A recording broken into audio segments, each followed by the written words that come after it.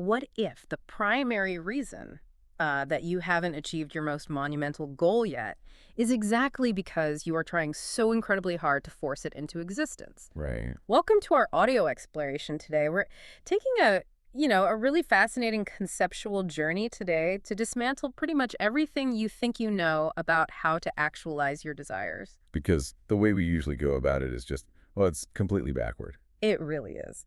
Let's start by painting a picture, because we've all been there. You're striving for this monumental seismic shift in your life. Yeah. Perhaps you are seeking a harmonious, profoundly deep connection with another human being. Or maybe you're seeking a vital new role in your vocation, a positioning that finally recognizes your inherent worth. Or maybe pouring every ounce of your soul into the flourishing of a great enterprise, right? Exactly, trying to generate this endless tide of abundance and security, and you are doing everything you believe is the right way to do it. You are following the playbook. You are following the prescribed path to the absolute letter. I mean, the modern narrative of success tells you that you must grind, you must push, and you must exert force to bend reality to your will. Right, you're waking up before the dawn, engaging in these incredibly rigid, exhausting daily routines, or writing down your goals in a journal until your hand literally cramps. You're staring at your vision board. You are reciting your positive affirmations in the mirror until your voice goes hoarse. And you are aggressively, almost violently, really policing your own thoughts. Yes. Forcing a positive spin into your mind the very millisecond a natural negative thought dares to surface. You are just white-knuckling your way through transformation. It's pure brute force effort. Yeah. And yet, despite all of that immense exertion, the external world around you remains stubbornly motionless. Nothing changes. Exactly. You look around, and your reality hasn't budged. It's as if you are placing your bare hands against a monolithic stone wall and pushing with all your might, Just pushing and pushing. only to find that the wall simply refuses to yield. Yes. And then a creeping, heavy sense of utter exhaustion sets in. Your psychological reserves are entirely depleted. Totally drained. But here's the worst part, the part that really breaks people. When you inevitably miss a single day of this grueling, military-grade routine. Which happens to everyone, by the way. Right, because life simply happens, or you get sick, or you just feel too profoundly tired to recite the mantras. When that happens, you are instantly consumed by a corrosive, suffocating guilt. That guilt is so heavy. You start harboring this sinking, terrible suspicion that the universe is ignoring your signals because you weren't disciplined enough. Or worse, that you are being actively punished for your lack of consistency. Yeah. You just end up feeling entirely defeated by your own aspirations. It's a devastating cycle, and an incredibly common one, unfortunately.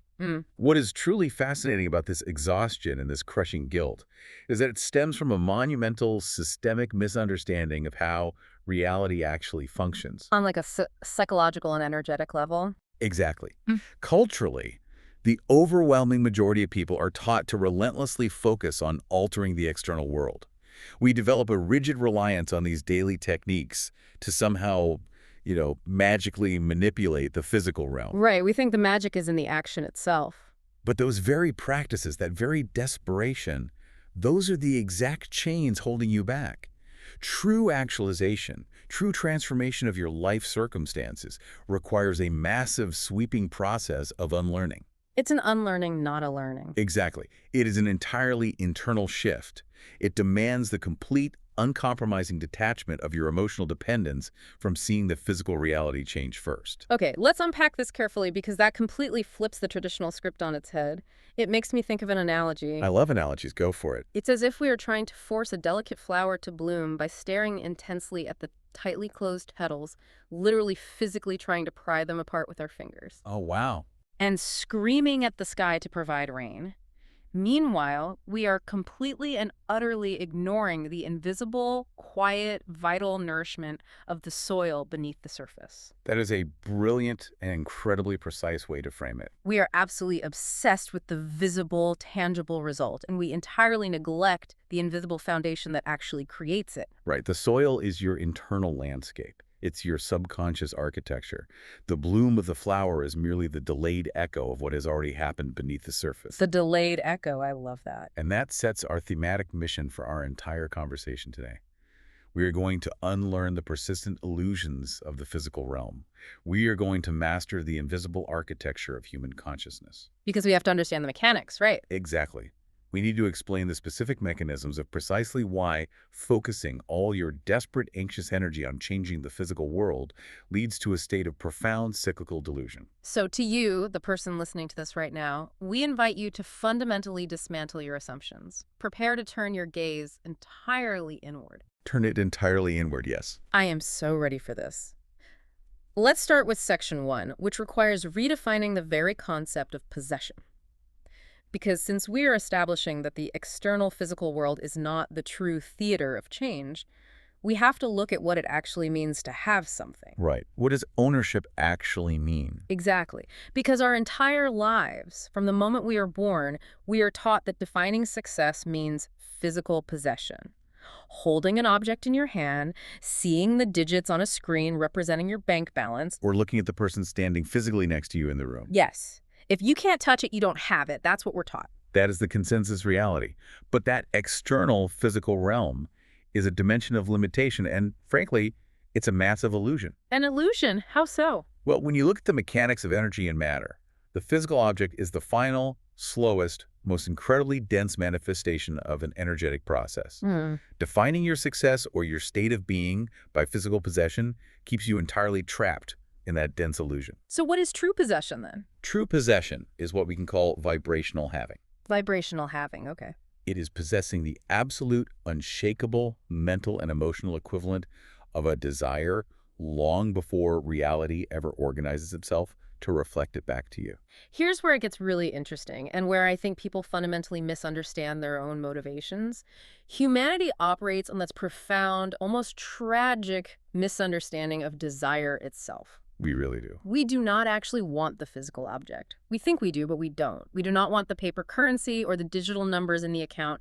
We do not want the specific corporate job title. We don't even want the physical presence of a specific human being for its own sake. Right. What we are desperately, constantly seeking is the emotion that we believe the object represents. You do not desire a meal merely for the mechanical act of moving your jaw and chewing. No, of course not. You desire the deep, visceral satisfaction of your hunger being pacified. You desire the feeling of profound security, the feeling of absolute freedom, the feeling of being deeply, unconditionally loved. If we connect this to the broader psychological and energetic picture, we have to examine the cascading sequence of creation. Like, how does a thought actually become a thing? Walk us through that sequence. Well, emotion is, at its fundamental core, energy in motion. When you generate an emotion within your nervous system, that energy in motion emits a specific signature. We call that signature a vibration. Okay, so a feeling creates a vibration. Yes. Now, as this vibration gathers momentum, as it ceases to be just a fleeting feeling and becomes your sustained baseline resting state, it transforms into a frequency. And frequency is basically your state of consciousness. Exactly. It's interchangeable with your state of consciousness or your overarching self-concept. Yeah. It is only after this frequency is absolutely solidified internally that it begins to condense and harden into the physical circumstances of your reality. So reality is merely the caboose of the train. That's right. Reality is the caboose. Emotion is the engine pulling it forward. But hold on, let me push back on this because I can hear the listener practically yelling through their speakers right now. I expect some pushback here. I struggle to buy that entirely without some caveats. We exist in a tangible physical world. We have biological bodies that require actual shelter to not freeze, actual resources to pay the rent, actual nourishment to survive. Sure. If someone is facing a sheer, overwhelming mountain of physical lack, let's say their enterprise is days away from bankruptcy, or they are profoundly, painfully lonely in their daily life, how do they entirely divorce their emotional state from the sheer crushing gravity of that physical lack? It's a massive challenge. It feels like asking someone to calmly sit on the couch and pretend everything is fine while there's literally a massive fire raging in their living room. How does pretending you are rich pay the electric bill tomorrow? How is this not just toxic positivity or outright delusion? That is the ultimate pushback. It raises a crucial point, and it is the exact hurdle where the overwhelming majority of people stumble and abandon the process entirely. So how do we clear that hurdle? The key insight here is not about pretending the fire doesn't exist. It is about understanding the psychological mechanism of what emotional dependence actually broadcasts and how that broadcast dictates your actions. Okay, emotional dependence. What does that mean in this context? If you absolutely need the external physical reality to change in order for you to finally feel secure, you are continuously loudly broadcasting the frequency of severe insecurity. You are essentially screaming to your environment, I am in danger. I do not have what I need. And how does that affect the outcome? Does it just repel things? When your nervous system is trapped in that state of desperate lack, your cognitive functions narrow. You enter a state of fight or flight. Ah, right. Biological survival mode. Exactly. In that state, you literally cannot perceive opportunities. You make fear-based decisions. You project desperation in your interactions, which repels the exact patrons, peers, or partners you are trying to attract. Wow. Because your internal state operates as a flawless mirror to your frequency, your behavioral reality simply reflects back more of not having it. Okay, so the desperation becomes a self-fulfilling prophecy, not just metaphysically, but behaviorally, like you actually act in ways that ruin your chances. Precisely. Your emotional dependence on the physical world signals a fundamental, glaring lack of the desired frequency. If you are waiting for the promotion to finally feel valued, you are walking into the office every day vibrating at the frequency of being unvalued. And people pick up on that. They absolutely do. You're acting defensively. You are hypersensitive to criticism. True vibrational possession means generating the feeling of being profoundly valued right now in the empty room, in the face of absolute silence. Generating the feeling first. When you achieve that baseline state of internal security, your posture changes. Your tone of voice changes. The risks you are willing to take change. And through those aligned actions, the physical reality eventually has no choice but to mold itself to match your new frequency. So, what does this all mean for the countless techniques people use? If true actualization is purely this internal state of frequency, this baseline self-concept, then all those obsessive routines and endless rituals people rely on, they are fundamentally misunderstood, aren't they? They are drastically misunderstood. And quite often, they become actively harmful to the individual's progress. Harmful. Really? Yes. Techniques, whether that is intense, visualizing for an hour every morning, rigorously writing out your goals in a journal, reciting affirmations in the mirror, they do not, in and of themselves, create reality. But people treat them like magic spells. Exactly. The individual state of consciousness creates reality, not the pen and paper. It is the trap of techniques. We end up hyperfixating on the method itself, which completely externalizes our inherent power. We hand our agency over to a piece of paper or a specific sequence of morning habits as if the magic is in the ink. It's a complete surrender of your internal power to an external object. And then, as we touched on in the beginning, when that daily ritual is inevitably missed because we are human beings with chaotic lives, it breeds this intense, corrosive guilt. And we need to dissect why guilt is so incredibly destructive. Guilt is perhaps the most toxic frequency one can harbor in their internal architecture. Why is that? What does guilt actually do? Well, guilt, by its very psychological nature, necessitates self-condemnation. When you feel deeply guilty because you missed your visualization routine, your subconscious mind internalizes a clear message. I have committed a transgression. I have failed the protocol. And the subconscious demands a response to that. Yes. In the deeply ingrained human psyche, a transgression requires a punishment to balance the scales. Oh, that is insidious. So because you feel guilty, your brain starts actively looking for a way to punish you. Precisely. This subconscious desire for punishment then forces your behavioral patterns and your energetic broadcast to deliver adverse punishing circumstances. You will literally manifest the obstacles yourself. Give me an example of how that plays out. You will subconsciously pick a fight with your partner. You will procrastinate on a critical project. You will mysteriously lose an important email. You self-sabotage because you subconsciously believe you deserve the punishment for breaking your own arbitrary, self-imposed rules. That is staggering. The very tool you are using to build your life is the exact weapon you are using to destroy it just because you missed a day. It's a trap. So if the techniques don't create the reality, what exactly are they? Just psychological placeholders? Techniques are nothing more than vehicles. Think of it this way. It matters not whether you are traveling across the landscape in a magnificent golden carriage, a sleek modern machine, or if you are simply walking barefoot on the dirt. The vehicle doesn't matter. The vehicle is entirely irrelevant without the vital fuel to propel it. And that fuel is emotion. Techniques possess one solitary, distinct purpose, and only one: to shift your internal emotional state into a feeling of absolute possession. So if the technique isn't generating the feeling of having it, it's useless. Worse than useless. If writing your goals a massive number of times a day makes you feel exhausted, anxious, and desperate, the technique is actively destroying your frequency. You are fueling your vehicle with sand instead of gasoline. That is such a vivid image, fueling your vehicle with sand. Exactly.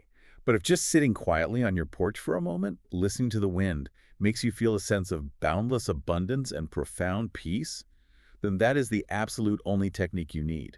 The menu is not the meal. That is such a vital distinction. We are out here eating the paper menu and wondering why we are still starving. Perfect way to put it. But let's ground this in reality. Let's say a listener hears this conversation and they decide, okay, I'm done. I'm going to strip away all my rigid routines for a week. I'm going to stop the frantic journaling, stop the forceful visualizing, and just try to be. Okay, let's play that out. I can guarantee their mind will undoubtedly panic. Their internal monologue will start screaming at them that they are failing, that they are losing ground, that their enterprise will collapse into ruin because they stopped white-knuckling the steering wheel. Is that very panic the actual block we are talking about? It absolutely is. That panic is incredibly revealing. When the mind freaks out because you stopped doing and started being, it reveals a massive subconscious law that the individual has unnecessarily constructed for themselves. Subconscious law. Yes. It exposes the deeply ingrained belief that success, love, or wealth fundamentally requires grueling, multidimensional exhaustion. Culturally, we have deeply romanticized struggle. We believe that if we are not bleeding for our desires, if we are not utterly depleted by the pursuit, we do not deserve the reward. We wear our burnout like a badge of honor. It's so twisted. Yeah, it really is. So when you strip away the frantic techniques and you feel that rising tide of panic, you are directly confronting the illusion. You are confronting the false belief that your frantic, exhausting physical action was the thing creating the reality, rather than your calm, aligned state of being. Right. True creation is about harmonious alignment, not forceful, desperate exhaustion. Okay, so if we are stripping away the reliance on these external frantic techniques, it leaves us completely bare. The noise stops, and we are forced to examine the pure, naked signal we are actually broadcasting to the universe. The bare signal. And this brings us to what we can conceptualize as the architecture of congruency. Because once the routines are gone, we have to identify the hidden internal distortions that are actively corrupting our signal. Precisely. Because a clouded, distorted, static-filled signal simply cannot be matched by the environment.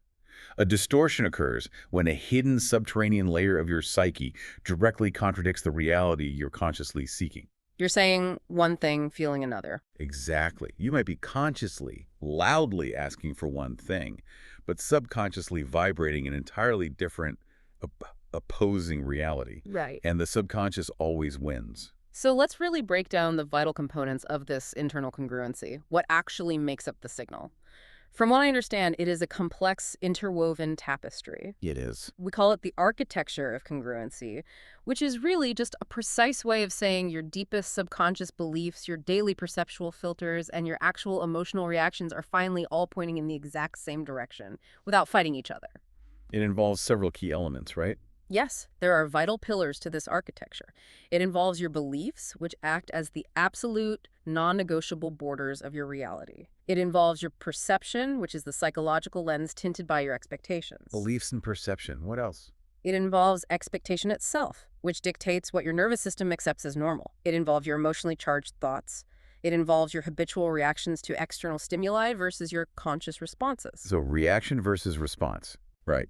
And finally, your deeply held conviction and your focus, which acts as the magnifying glass directing your energetic currency. All of those elements must sing in perfect, unyielding harmony. Let's use some universal examples to really ground this, because listing those concepts is one thing, but seeing them in action is where the realization happens. Absolutely. Let's take the realm of the vocation. Let's say we have someone who is desperately seeking massive advancement in their career. They want a brilliant new role, vast recognition, a substantial increase in resources. Okay, a very common scenario. Consciously, they're doing everything right. They are updating their resume, they're taking the extra courses, they're networking.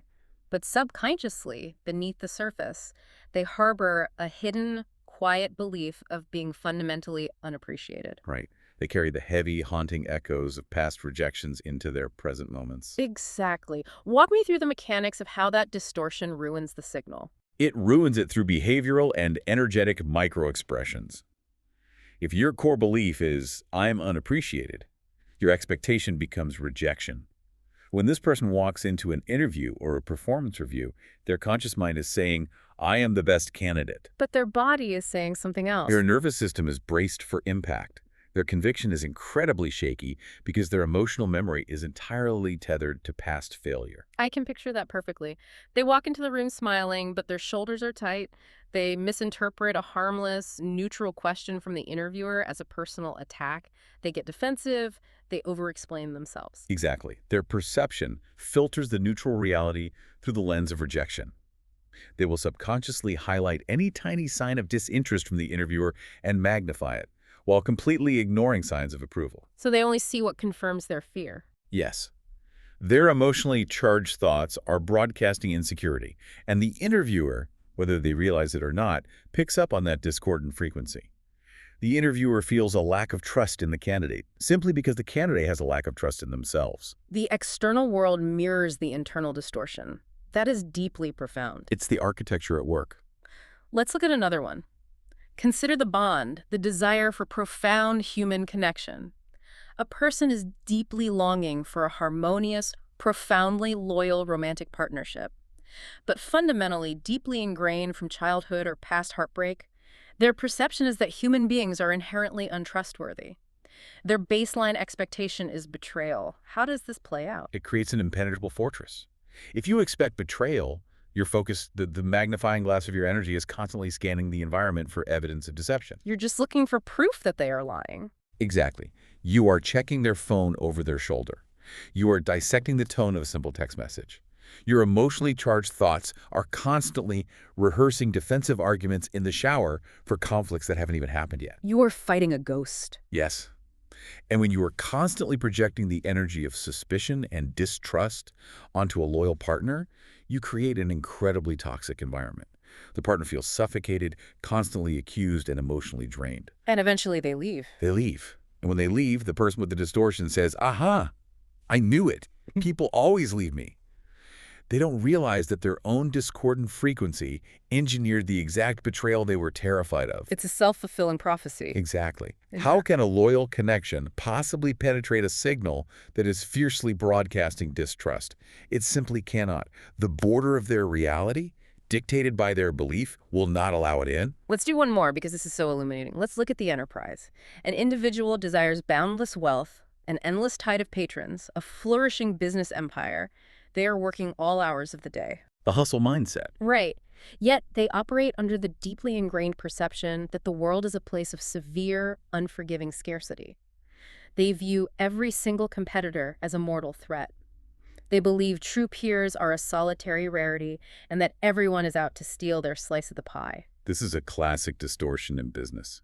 Their focus is constantly anchored on the lack of resources rather than the generation of value. Because they believe in scarcity, their expectation is that the market will dry up. So what happens to their reactions? They underprice their services out of fear. They refuse to collaborate with peers who could actually elevate their business, viewing them instead as enemies. They hoard information. They're just constricting everything. Yes. They are stepping on the gas pedal of desire with all their conscious effort, while simultaneously pulling the emergency brake of scarcity with their subconscious beliefs. The vehicle literally tears itself apart. This analogy is blowing my mind.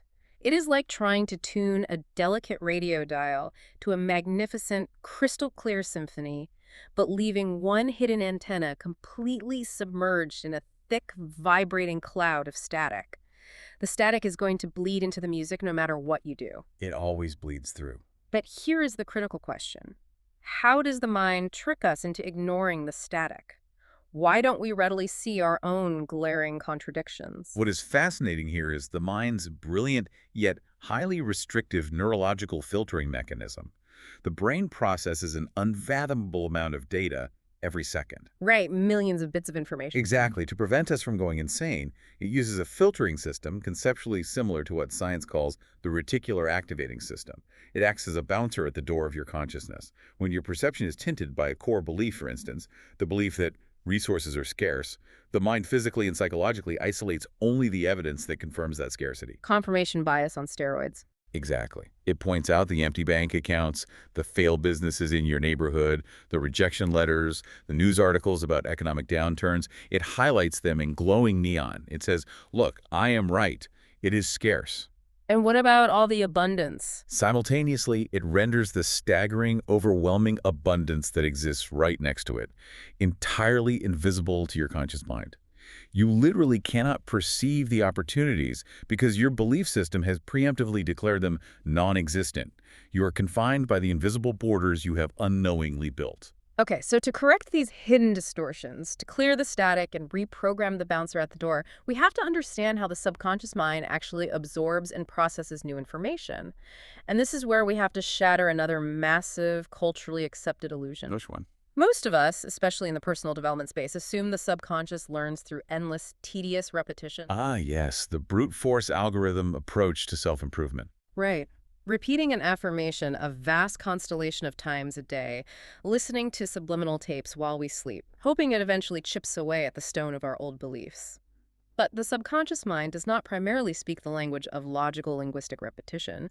It speaks the ancient, visceral language of emotion. This is a crucial pivot in mastering the invisible architecture. The subconscious mind possesses absolutely no logical rationale.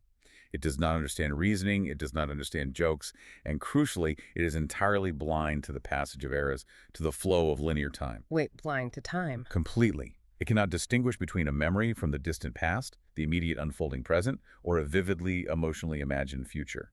It does not know what is objectively real in the physical room and what is imagined in the theater of the mind. It only registers one thing with absolute authority: emotional charge. Why does an imagined emotion rewrite the brain faster than an endless cycle of written affirmations? Let's break down the mechanics. Because the subconscious operates on a primal survival mechanism. It prioritizes high-stakes emotional inputs over logical repetition because, historically, high emotion meant a matter of life or death. If you encounter a predator, you feel intense fear. You don't need to encounter the predator a vast number of times to learn to avoid it. The intense emotional strike burns the neural pathway instantly to keep you safe. Let's use trauma as an example to illustrate this, because it highlights the mechanism perfectly, even though it's on the negative side of the spectrum. Metaphysically and psychologically speaking, trauma is an emotionally intense experience that carries a heavy, profound negative charge. Yeah. When that happens, it instantly, literally in a fraction of a second, locks a new frequency and a new neural pathway into place. It doesn't take a massive span of time repeating a negative mantra to become traumatized. It takes one singular, intense emotional strike. Exactly. The amygdala bypasses the logical prefrontal cortex and encodes the experience as absolute reality. And because the subconscious is blind to time, when you recall that traumatic event far in the future, your body produces the cortisol, the adrenaline, the exact same intense emotional charge right now in the present moment. Because your body believes the event is happening again. Exactly. But here's where we find the profound, breathtaking liberation in this design. The universe and the human brain operate on dualities. The energetic polarity of that intense negative trauma is an emotionally intense positive charge. A positive trauma. In a way, yes. Yeah. An intense positive charge, profound joy, overwhelming gratitude, deep relief holds the exact same staggering biological power to instantly, permanently rewrite your reality and your neural pathways. Wait, I need to pause here because this is huge. If the subconscious is entirely blind to time, does that mean reliving a past failure with intense grief? Mourning a business that collapsed in the distant past or a relationship that ended eras ago? Is essentially placing an active, real-time order with the universe for a fresh delivery of that exact same failure? I cannot emphasize this enough. Yes, Yeah. it absolutely is. Yeah. When you sit on your couch and weep over a failure from the distant past, feeling that acute pain in your chest, your subconscious does not say, oh, they are just reminiscing. Your subconscious says, we are experiencing failure right now.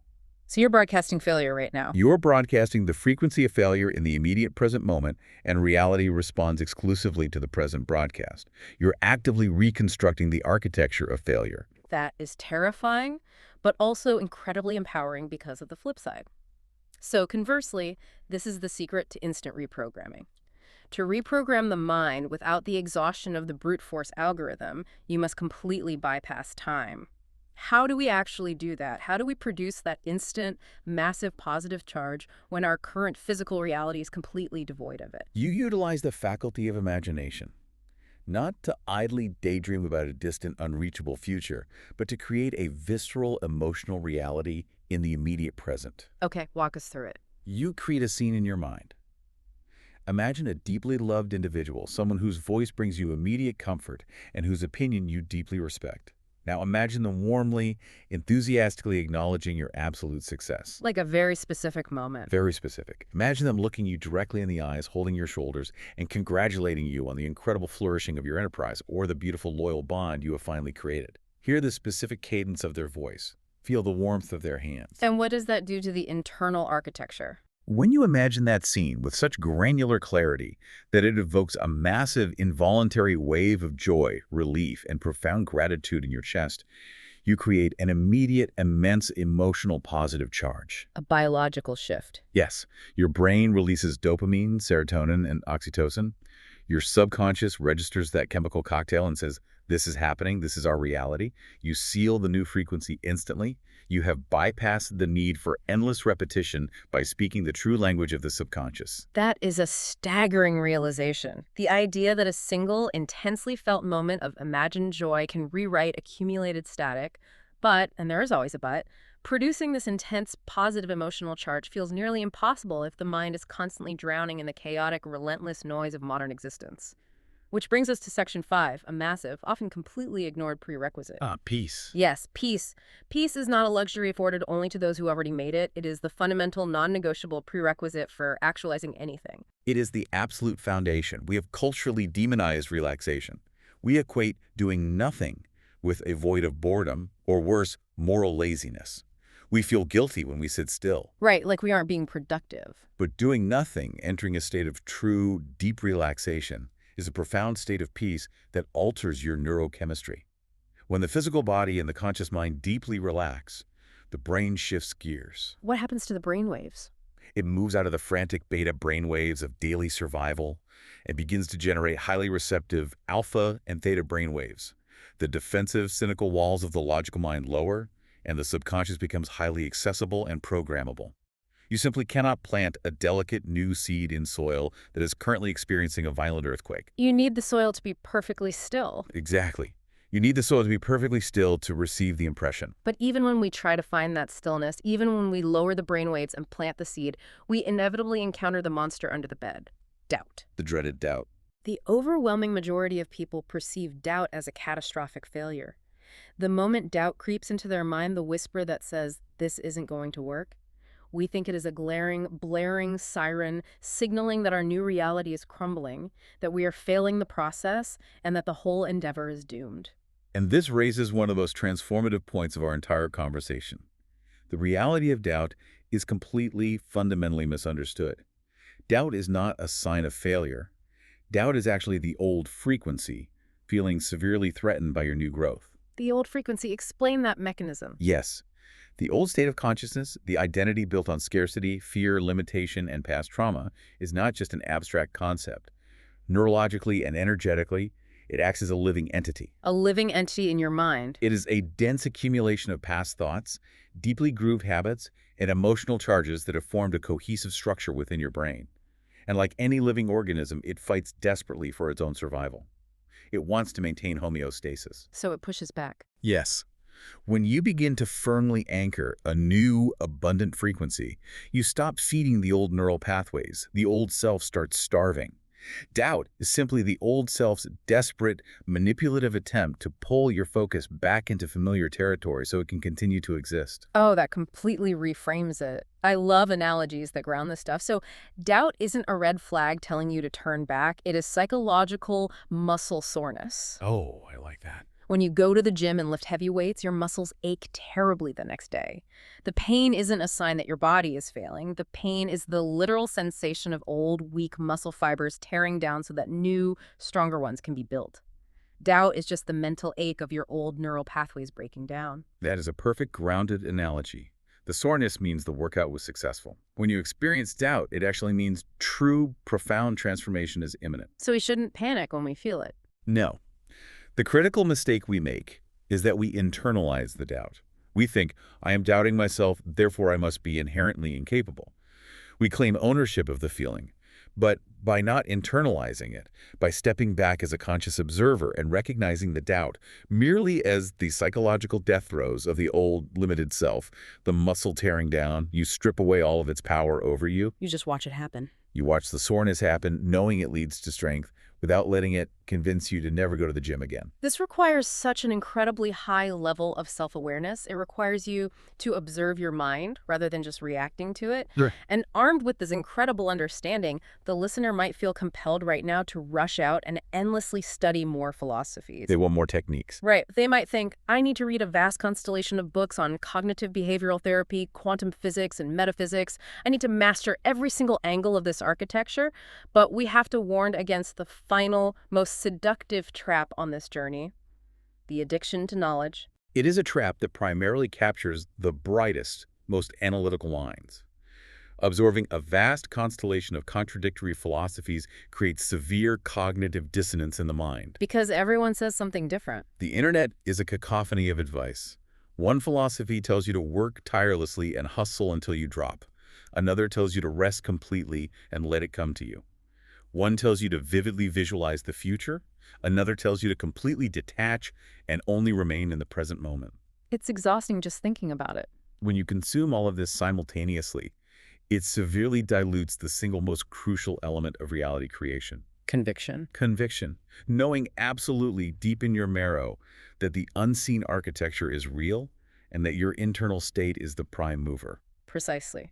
The universe does not respond to how many books you have read or how perfectly you can articulate complex psychological theories. It responds exclusively to the unwavering silent nature of your conviction. So pick one path and walk it. It is far, far better to anchor oneself to a solitary resonant truth, a single framework that deeply makes sense to you and master completely applying it every single day than to wander endlessly through a sprawling, chaotic maze of conflicting wisdom. Intellectual accumulation is not vibrational possession. Intellectual accumulation is not vibrational possession. You can memorize the entire recipe book, but until you actually cook the meal and eat it, you are still starving. Exactly. So if we are anchoring to a solitary truth, avoiding the noise of endless study, and actually doing the internal work of shifting our emotional state, the ultimate question arises. The question everyone listening wants answered. How do you know the internal shift is truly working? The million-dollar question. Because our default human instinct is to immediately look at our external environment for proof. We check our bank accounts, we look at our text messages to see if they replied, we look at our job titles. And that instinct is the exact opposite of what you must do. You absolutely do not look to the external physical world for immediate validation. Well, looking to the dense physical world to see if your energetic internal shift worked yesterday is like speaking a word into a massive, sprawling canyon and instantly getting furious that the echo hasn't hit your ears yet. That's a great image. The physical world is incredibly dense. It is made of slow-moving matter. It takes time for circumstances, other people, and resources to rearrange themselves to match your new frequency. We spend our entire lives frantically checking the physical mirrors in our house to see if the weather outside has changed, completely ignoring the internal thermometer glowing inside our own chests. Another beautiful way to visualize it. The true signs of transformation have absolutely nothing to do with external circumstances in the beginning stages. The true metrics of success are entirely internal. What are those internal metrics? You know the shift has occurred because you fundamentally see differently. Your perception shifts.